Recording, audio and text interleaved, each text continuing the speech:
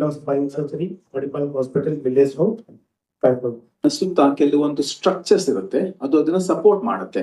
Ligaments, tendons, meniscus and cartilages ಅಂತೀವಿ. ಇದೆಲ್ಲ ಸೇರಿ ನಮ್ಮ ಜಾಯಿಂಟ್ಸ್ ನ ಸ್ಟ್ರಾಂಗ್ ಆಗಿರೋದಕ್ಕೆ ಹೆಲ್ಪ್ ಮಾಡುತ್ತೆ. ಸೊ ಸ್ಪೋರ್ಟ್ಸ್ ಇಂಜುರೀಸ್ ಅಂದ್ರೆ ಸ್ಪೋರ್ಟ್ಸ್ ಆಡ್ಬೇಕಾದ್ರೆ ಮಾತ್ರ ಇಂಜುರಿ ಆಗುವಂತದ್ದಲ್ಲ. It could be due to road traffic accidents, ಅಂದ್ರೆ ಟೂ ವೀಲರ್ ಇಂದ ಬಿದ್ದ ಆಗ್ಬೋದು, ಅಥವಾ ಇವನ್ ಮನೇಲೂ ಕೂಡ ಮೆಟ್ಲಿಳಿತ ಕಾಲು ಸ್ಲಿಪ್ ಆಗಿ ಬೀಳೋ ಚಾನ್ಸಸ್ ಇರ್ಬೋದು. ಯಾವುದೇ ತರ ಇಂಜುರಿಯಿಂದ ಈ ಲಿಗಮೆಂಟ್, ಟೆಂಡನ್ಸ್ ಮತ್ತೆ ಮೆನಿಸ್ಕಸ್, ಕಾರ್ಟ್ಲೇಜ್ ಅಂತ ಹೇಳಿದ್ನಲ್ಲ, 4 ಆಗೋ ಚಾನ್ಸಸ್ ಇರುತ್ತೆ. ಬಟ್ ಸ್ಪೋರ್ಟ್ಸ್ ಇಂಜುರೀಸ್ ಅಲ್ಲಿ ಏನಾಗುತ್ತೆ ಅಂದ್ರೆ ಸ್ವಲ್ಪ ನಡೆಯೋಕ್ ಆಗ್ತಾ ಇರುತ್ತೆ, ಹಾಗಾಗಿ ಸ್ವಲ್ಪ ಇಗ್ನೋರ್ ಮಾಡ್ತಾರೆ. ಏನೋ ಆಗೋದಿಲ್ಲ, ಬರೀ ಕಾಲು ಉಳುಕಿದೆ, ನೋಡೋಣ ಸ್ವಲ್ಪ ದಿನ ಹಾಗೆ ಬಿಟ್ಟು ಅಂತ. ಸೊ ಅವಾಗ ಏನಾಗುತ್ತೆ ಅಂದ್ರೆ ಕೆಲವೊಂದು ಕ್ರಿಟಿಕಲ್ ಇಂಜುರೀಸ್ ಏನಾಗುತ್ತೆ, ಅದು ಹೀಲ್ ಆಗೋದಿಲ್ಲ. ಸೊ ಅವ್ರು ಸ್ವಲ್ಪ ನಾರ್ಮಲ್ ಆಗಿ ಮತ್ತೆ ಆಟ ಆಡೋದಕ್ಕೆ ಪ್ರಯತ್ನ ಪಟ್ಟಾಗ, ಅಥವಾ ಆಕ್ಟಿವ್ ಲೈಫ್ ಸ್ಟೈಲ್ ಅಂತೀವಲ್ಲ, ಓಡೋದಿರ್ಬೋದು, ರನ್ನಿಂಗ್ ಇರ್ಬೋದು, ಸೈಕ್ಲಿಂಗ್ ಇರ್ಬೋದು, it could be any kind of physical activities. So when they try to do all those physical activities, that's when they start facing issues. ಕಾಲು ಉಳ್ಕೋದು, ಮೊಣಕಾಲು ಏಸಿಯಲ್ ಲಿಗಮೆಂಟ್ ಅಂತ ಹೇಳ್ತೀವಿ, ಅದು ತುಂಬಾ ಕಾಮನ್ ಲಿಗಮೆಂಟ್, ನಮ್ಮಲ್ಲಿ ಎಲ್ಲರಿಗೂ ಡ್ಯಾಮೇಜ್ ಆಗುವಂತದ್ದು. ಆ ಏಸಿಯಲ್ ಲಿಗಮೆಂಟ್ ಏನಾದಾಗ ಏನಾಗುತ್ತೆ ಅಂದ್ರೆ ಕಾಲು ಹುಳುಕುತ್ತೆ ಅವಾಗ. ಅದನ್ನು ಕೂಡ ತುಂಬಾ ಜನ ನೆಗ್ಲೆಕ್ಟ್ ಮಾಡ್ಕೊಂಡ್ ಬರ್ತಾರೆ. ಸೊ ನೆಗ್ಲೆಕ್ಟ್ ಮಾಡಿದಾಗ ಏನಾಗುತ್ತೆ ಅಂದ್ರೆ ಸಿಂಪಲ್ ಆಗಿರುವಂತ ಇಂಜುರಿ ಕಾಂಪ್ಲೆಕ್ಸ್ ಆಗುತ್ತೆ. ಸೊ ಮಂಡಿ ಸವಿಯುತ್ತೆ, ಒಳಗಡೆ ಇರುವಂತ ಕುಷನ್, ಶಾಕ್ ಅಬ್ಸರ್ವರ್ ಎಲ್ಲ ಟೇರ್ ಆಗುತ್ತೆ. ಆಮೇಲೆ ಅದರದ್ದು ಟ್ರೀಟ್ಮೆಂಟ್ ಬಹಳ ಕಾಂಪ್ಲೆಕ್ಸ್ ಆಗುತ್ತೆ. ಬಟ್ ಅದೇ if they reach it on the same day, ಅಥವಾ ಅವ್ರಿಗೆ ಯಾವಾಗ ಕಾಲು ಹುರಿದ ತಕ್ಷಣ ಉಳ್ಕೋಕ್ ಶುರು ಆಗ್ತಾ ಇದೆ ಅಂತ ಗೊತ್ತಾದಾಗ ಅದನ್ನ ಸೀರಿಯಸ್ ಆಗಿ ಕನ್ಸಿಡರ್ ಮಾಡಿ the reach out a doctor or surgeon, sports injury surgeon specialist. ಅದನ್ನ ನಾವು ಅವತ್ತೇ ಸೇಮ್ ಪ್ರಾಪರ್ ಟ್ರೀಟ್ ಮಾಡಿದ್ರೆ early recovery and a good outcome, ಅಂದ್ರೆ ಮತ್ತೆ ಚೆನ್ನಾಗಿ ಸ್ಪೋರ್ಟ್ಸ್ ಆಡುವಂತ ಪರಿಸ್ಥಿತಿಗೆ ತೆರಳಬಹುದು. ನೆಗ್ಲೆಕ್ಟ್ ಮಾಡಿದಾಗ ಏನಾಗುತ್ತೆ ಅಂದ್ರೆ ಸರ್ಜರೀಸ್ ಅಷ್ಟೇ ಕಾಂಪ್ಲೆಕ್ಸ್ ಆಗುತ್ತೆ, ಮಲ್ಟಿಪಲ್ ಸ್ಟೆಪ್ಸ್ ಬೇಕಾಗುತ್ತೆ, ಅಂಡ್ ರಿಕವರಿನೂ ಕೂಡ ತುಂಬಾ ಡಿಲೇ ಆಗುತ್ತೆ, and incomplete recovery. So pain ಉಳ್ಕೊಳ್ಳೋದು ಅಥವಾ ಮಾತಾಡಕ್ ಆಗ್ದಲೇ ಇರ್ಬೋದು. So there are so many things that will come in the way. So ಹಾಗಾಗಿ I want to talk about the sports injuries, how important it is, and when to reach the sports injury specialist, what are all the advances in the treatment of sports injuries. So we'll all talk about that during this session. Thank you. Thank you. Vitlal Mascarenhas. I'm a spine specialist at Manipal Hospital, Millers Road. We are gathered here today to highlight on the effect of trauma on the spine. Spine is a very vital structure. Spine alli bennu huri andre moole ide mattu naduvalli naraಗಳಿವೆ. There are bones, there are a stack of bones, 33 of them, and there are nerves inside. So normally when there are fractures, it is only the bone that is affected. But here, not only is the bone affected, but even the nerves are affected. It can lead to compression of the nerves, resulting in weakness in the hands and the legs, depending on the level of the fracture. Now, a cervical spine fracture, that is, the spine is divided into cervical, thoracic, lumbar, and sacral spine. Higher the level of the fracture, the more severe the injury, the more devastating the disability. The person is completely paralyzed. And as we go lower down, the severity of the effect on the neurological structures are less. So whenever there's a spine fracture, it is a very, very serious problem, and this has to be attended to urgently.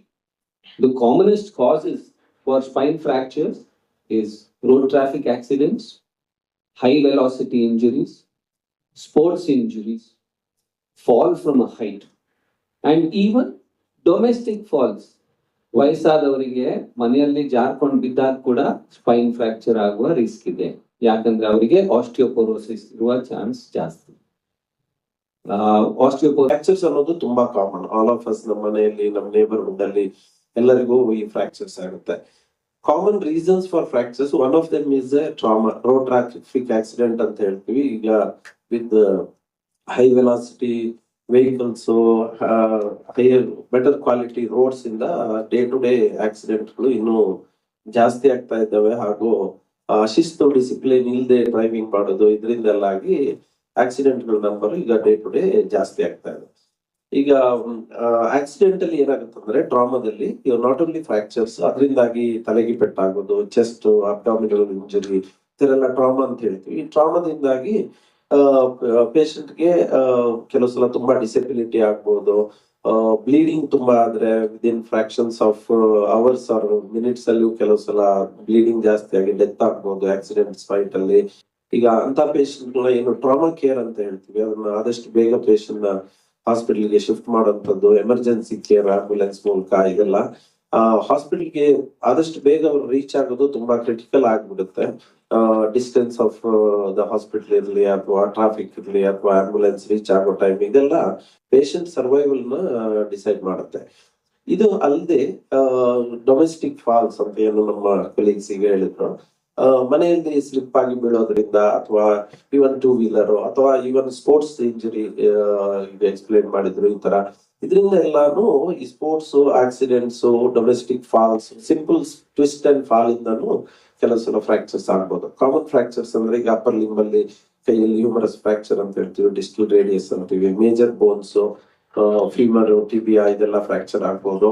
ಇದರಿಂದಾಗಿ ಏನಾಗುತ್ತೆ ಅಂದ್ರೆ ಈ patient ಗಳನ್ನ ನಾವು early ಆಗಿ ಅವ್ರನ್ನ treat ಮಾಡಿ, ಅವ್ರದ್ದು ಬ್ಲಡ್ ಲಾಸ್ ಎಲ್ಲ ಇದ್ರೆ ಅದನ್ನೆಲ್ಲ ಕರೆಕ್ಟ್ ಮಾಡಿ ಇವೆನ್ಚುಲಿ ಟೈಪ್ ಆಫ್ ಫ್ರಾಕ್ಚರ್ ಏನಿದೆ ಅದನ್ನ ನೋಡ್ಕೊಂಡು ಅದಕ್ಕೆ ಸ್ಟೇಬಲ್ ಫ್ರಾಕ್ಚರ್, ಜಾಯಿಂಟ್ ಇನ್ವಾಲ್ವ್ ಆಗಿದೆಯಾ ಇಲ್ವಾ, ಬೇರೆ ಅಸೋಸಿಯೇಟೆಡ್ ಇಂಜುರೀಸ್ ಏನಿದೆ, ಬೇರೆ ಮೆಡಿಕಲ್ ಕಂಡೀಷನ್ ಏನಿದೆ, ಇದನ್ನೆಲ್ಲ ನೋಡ್ಕೊಂಡು ನಾವು ಅವ್ರಿಗೆ ಆ ಪೇಷಂಟ್ ಗೆ ಆಗೋ ತರ ನಾವು ಅವರ ಟ್ರೀಟ್ಮೆಂಟ್ ನಾವು ಕಸ್ಟಮ್ ಮೇಕ್ ಮಾಡಿ ಅದನ್ನ ಟ್ರೀಟ್ಮೆಂಟ್ ಮಾಡೋಂಥದ್ದು. ಎಲ್ಲ ಫ್ರಾಕ್ಚರ್ಸ್ ಗೆ ಏನು ಸರ್ಜರಿನೇ ಬೇಕಂತಲ್ಲ, ಅನ್ಡಿಸ್ಪ್ಲೇಸ್ಡ್ ಅಥವಾ ಸಿಂಪಲ್ ಫ್ರಾಕ್ಚರ್ಸ್ ಅನ್ನು ನಾವು ಕನ್ಸರ್ವೇಟಿವ್ ಪ್ಲಾಸ್ಟರ್ ಮೂಲಕ ಟ್ರೀಟ್ ಮಾಡಬಹುದು.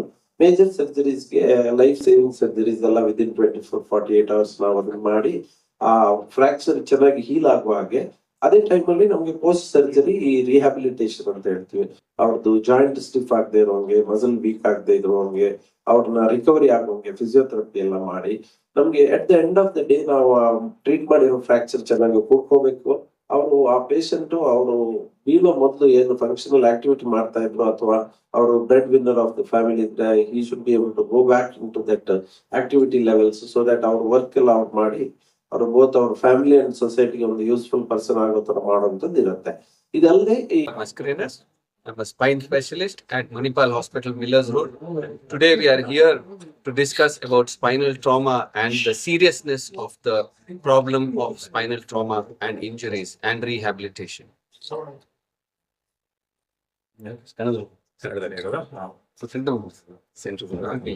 of Orthopedics, Orthoscopy and Joint Replacement Specialist, Kaveri Hospitals and Orthomed Clinic. So ನಾವು ಇವತ್ತಿನ ಸೆಷನ್ ನಾವ್ ಏನ್ ಫೋಕಸ್ ಮಾಡಿದೀವಿ ಅಂದ್ರೆ ಇಂಜುರೀಸ್ ಅವೇರ್ನೆಸ್, ಪ್ರಿವೆನ್ಷನ್, ಮತ್ತೆ ಇಂಜುರಿ ಆದಾಗ ಅರ್ಲಿ ಟ್ರೀಟ್ಮೆಂಟ್ ಏನ್ ತಗೋಬೇಕು, ಮತ್ತೆ ಯಾವಾಗ ಡಾಕ್ಟರ್ ನ ರೀಚ್ ಔಟ್ ಮಾಡಬೇಕು, and what all the advances ನಮ್ಗೆ ಇವಾಗ ಅವೈಲೇಬಲ್ ಇರೋದು ಇಂಜುರಿ ಟ್ರೀಟ್ಮೆಂಟ್ ಅಲ್ಲಿ ಇರ್ಬೋದು, ರಿಹ್ಯಾಬಿಲಿಟೇಷನ್ ಇರ್ಬೋದು, ಸ್ಪೋರ್ಟ್ಸ್ ಇಂಜುರೀಸ್ ಅಲ್ಲಿ ಇರ್ಬೋದು, ಮತ್ತೆ 15 ವರ್ಷದಿಂದ ಆಗಿರುವಂತ ಅಡ್ವಾನ್ಸ್ಮೆಂಟ್ಸ್. ಮುಂಚೆ ಸ್ಪೋರ್ಟ್ಸ್ ಇಂಜುರೀಸ್ ಅಂದ್ರೆ ಪ್ಲಾಸ್ಟರ್ ಹಾಕಿ ಬಿಟ್ಬಿಡ್ತಾ ಇದ್ವಿ, ಸೊ ಹಾಗಾಗಿ ಅಥ್ಲೀಟ್ ಕಾಲ್ ಗಟ್ಟಿ ಮಾಡ್ಕೊಂಡು ಸ್ಪೋರ್ಟ್ಸ್ ಆಡಕ್ ಆಗ್ತಾ ಇಲ್ಲ. ಈಗ 15 years ಅಲ್ಲಿ ಈ ಆರ್ಥೋಸ್ಕೋಪಿ ಮತ್ತೆ ಸ್ಪೋರ್ಟ್ಸ್ ಇಂಜುರಿ ಟ್ರೀಟ್ಮೆಂಟ್ ಎಷ್ಟು ಡೆವಲಪ್ ಅಡ್ವಾನ್ಸ್ಮೆಂಟ್ ಆಗಿದೆ ಅಂದ್ರೆ ಅಥ್ಲೀಟ್ ಯಾವುದೇ ತರ ಇಂಜುರಿ ಇರ್ಬೋದು, ಸಿಂಪಲ್ ಕೀ ಹೋಲ್ ನಾವು ಅದನ್ನ ಗುಣಪಡಿಸಬಹುದು. ಮತ್ತೆ ಅಥ್ಲೀಟ್ ಮತ್ತೆ ತನ್ನ ಹೇಗೆ ಆಟ ಆಡ್ತಾ ಇದ್ರು ಆ ಲೆವೆಲ್ಗೆ ಮತ್ತೆ ರೀಚ್ ಆಗಿ ನಾರ್ಮಲ್ ಆಗಿ ಆಕ್ಟಿವ್ ಲೈಫ್ ಸ್ಟೈಲ್ ನ ಮೇಂಟೈನ್ ಮಾಡಬಹುದು. ಇದ್ರ ಬಗ್ಗೆ ನಾವು ಫೋಕಸ್ ಮಾಡಿದ್ದೀವಿ. ವಿರಾಜ್, ಆರ್ಥೋಪೆಡಿಕ್ ಸರ್ಜನ್ ಹಾಗೂ joint replacement surgeon, Apollo hospital, Bannerghatta road ಹಾಗೂ ಆರ್ಥೋ ಕೇರ್ ಕ್ಲಿನಿಕ್. ನಾವು ಇವತ್ತು ಇಲ್ಲಿ ನಾವು ಸೇರಿರೋ ಉದ್ದೇಶ ಅಂದ್ರೆ ಈ ಟ್ರಾಮಾ ಅಥವಾ ಆಕ್ಸಿಡೆಂಟ್ಸ್ ಅಥವಾ ಫ್ರಾಕ್ಚರ್ಸ್ ಬಗ್ಗೆ ಮಾತಾಡ್ಲಿಕ್ಕೆ, ಹಾಗೂ ಡಿಜನರೇಟಿವ್ ಡಿಸೀಸಸ್ ಹಾಗೂ ಆಸ್ಟಿಯೋಪೊರೋಸಿಸ್. ಈಗ ಫ್ರಾಕ್ಚರ್ಸ್ ಎರಡು ರೀತಿಯಲ್ಲಿ ಆಗ್ಬೋದು. ಒಂದು ರೋಡ್ ಟ್ರಾಫಿಕ್ ಆಕ್ಸಿಡೆಂಟ್ ಆಗ್ಬೋದು, ಅಥವಾ ಮನೆಯಲ್ಲೇ ಸ್ಲಿಪ್ ಅಂಡ್ ಫಾಲ್ ಆಗಿ ಬೀಳೋದ್ರಿಂದ ಡೊಮೆಸ್ಟಿಕ್ ಇಂಜುರೀಸ್ ಇಂದ ಫ್ರಾಕ್ಚರ್ಸ್ ಆಗ್ಬೋದು. ಇದರಲ್ಲಿ hip fractures and wrist fractures ಹಾಗೂ ಸ್ಪೈನ್ ಫ್ರಾಕ್ಚರ್ಸ್ ತುಂಬಾ common. Most of these fractures ನಾವು ಕನ್ಸರ್ವೇಟಿವ್ ಟ್ರೀಟ್ಮೆಂಟ್ ಕೆಲವದ್ರಲ್ಲಿ ಮಾಡ್ಬೋದು, ಕೆಲವದ್ರಲ್ಲಿ ಅದಕ್ಕೆ ಸರ್ಜರಿ ಬೇಕಾಗುತ್ತೆ.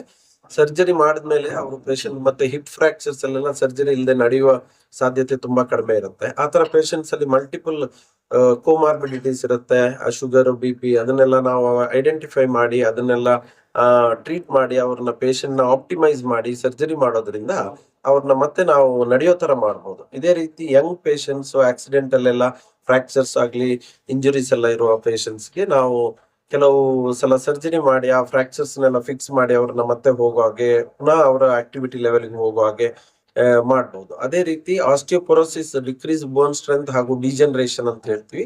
ಇದರಲ್ಲಿ ಬೋನ್ ಸ್ಟ್ರೆಂತ್ ನ ಇಂಪ್ರೂವ್ ಮಾಡೋದಾಗ್ಲಿ ಅಥವಾ degenerative diseases of the joint, ನೀ ರಿಪ್ಲೇಸ್ಮೆಂಟ್ ಅಥವಾ ಈ ರೋಬೋಟಿಕ್ ಸರ್ಜರಿ ಮಾಡೋ ಮೂಲಕ ಅವರ ಮೊಬಿಲಿಟಿ ಮತ್ತೆ ಪೇನ್ ನ ಕಡಿಮೆ ಮಾಡಿ ಅವ್ರನ್ನ ಮತ್ತೆ ಅವರ ಆಕ್ಟಿವಿಟಿ ಲೆವೆಲ್ಗೆ ಪುನಃ ಹೋಗೋ ತರ ಮಾಡೋದಕ್ಕೆ ಈಗ ಇರುವ ನಮ್ಮ ಎಕ್ಸ್ಪೀರಿಯನ್ಸ್ ಮತ್ತು ಟೆಕ್ನಾಲಜಿ ಜೊತೆಗೆ ಇದು ಸಾಧ್ಯವಾಗತ್ತೆ ಅಂತ ಹೇಳಲಿಕ್ಕೆ ಇದ್ರ ಬಗ್ಗೆ ಒಂದು ಅರಿವು ಮೂಡಿಸ್ಲಿಕ್ಕೆ ಹಾಗೂ ಜನರಿಗೆ ಇದ್ರ ಬಗ್ಗೆ ಮಾಹಿತಿ ನೀಡೋಕ್ಕೋಸ್ಕರ ನಾವು ಈ ಪ್ರೆಸ್ ಕಾನ್ಫರೆನ್ಸ್ ನ ಮಾಡ್ತೇವೆ. Thank you, sir.